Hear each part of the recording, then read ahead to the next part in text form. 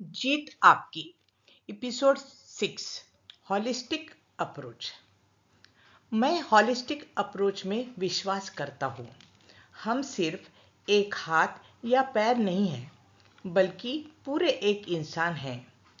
पूरा आदमी काम पर जाता है और वही पूरा आदमी लौटकर घर आता है। हम फैमिली प्रॉब्लम्स को दफ्तर में और दफ्तर के प्रॉब्लम्स को घर में ले जाते हैं। जब हम घर के प्रॉब्लम्स ऑफिस में ले जाते हैं, तब क्या होता है, हमारा स्ट्रेस बढ़ जाता है और काम की एफिशिएंसी कम हो जाती है। उसी तरह ऑफिस और समाज का असर हमारी जिंदगी के हर पहलू पर पड़ता है। इनमें से किसी एक पॉइंट पर जिम्मेदारी के साथ एक समझदार पर्सन के रूप में सोच विचार करें। इसे फैमिली पर या अपने काम पर, अपनी सरकार या अपनी दुनिया पर लागू करके देखें। यह सही, साफ और कन्विंसिंग बात लगेगी। हमारा नजरिया तय करने वाले कारक, factors that determine our attitude. क्या हम एटीट्यूड लेकर पैदा होते हैं या यह एटीट्यूड उम्र के साथ विकसित होता है? वे कौन से फैक्टर्स हैं जो हमारा एटीट्यूड बनाते हैं? अगर अपने माहौल की वजह से जिंदगी के प्रति अपना एटीट्यूड निगेटिव है, तो क्या आप इसे बदल सकते हैं? हमारे एटीट्यूड का ज़्यादातर हिस्सा हमारी कच्ची उम्र के दौरान ही रूप लेता है।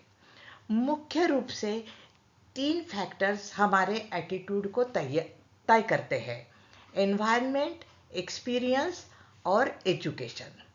इन्हें हम नज़रिए के 3 ईएस कह सकते हैं। आइए अब अलग अलग इन तीनों पर नज़र डालें। एनवायरनमेंट नीचे लिखी बातों से बनता है। घर, सकारात्मक या नकारात्मक असर, पॉजिटिव और negative influences. School, peer pressure. Office, मदद करने वाले या ज़्यादा मीन मेक निकालने वाले या आलोचक सुपरवाइजर, सपोर्टिव और over critical supervisor. Media, television, अखबार, मैगजीन, रेडियो, फिल्में। सांस्कृतिक, कल्चरल बैकग्राउंड। धार्मिक, रिलीजियस बैकग्राउंड। परंपराएं, ट्रेडिशंस एंड बिलीव्स। सामाजिक माहौल, सोशल एनवायरनमेंट। राजनीतिक माहौल, पॉलिटिकल एनवायरनमेंट। ये सारे माहौल मिलकर एक कल्चर बनाते हैं। चाहे घर हो या ऑफिस या देश हो, हर किसी का अपना कल्चर होता है।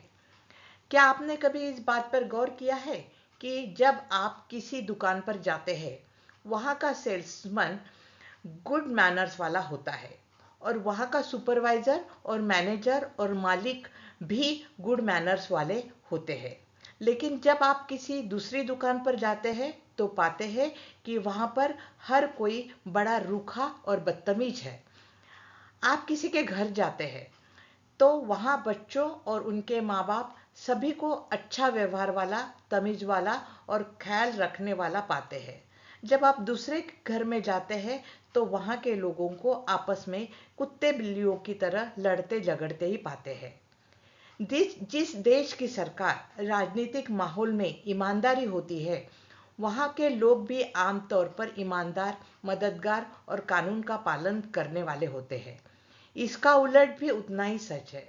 जिस तरह बेईमान और करप्टिव माहौल में एक ईमानदार आदमी का जीना मुश्किल हो जाता है, उसी तरह ईमानदारी से भरे माहौल में बेईमान व्यक्ति को मुश्किल होती है।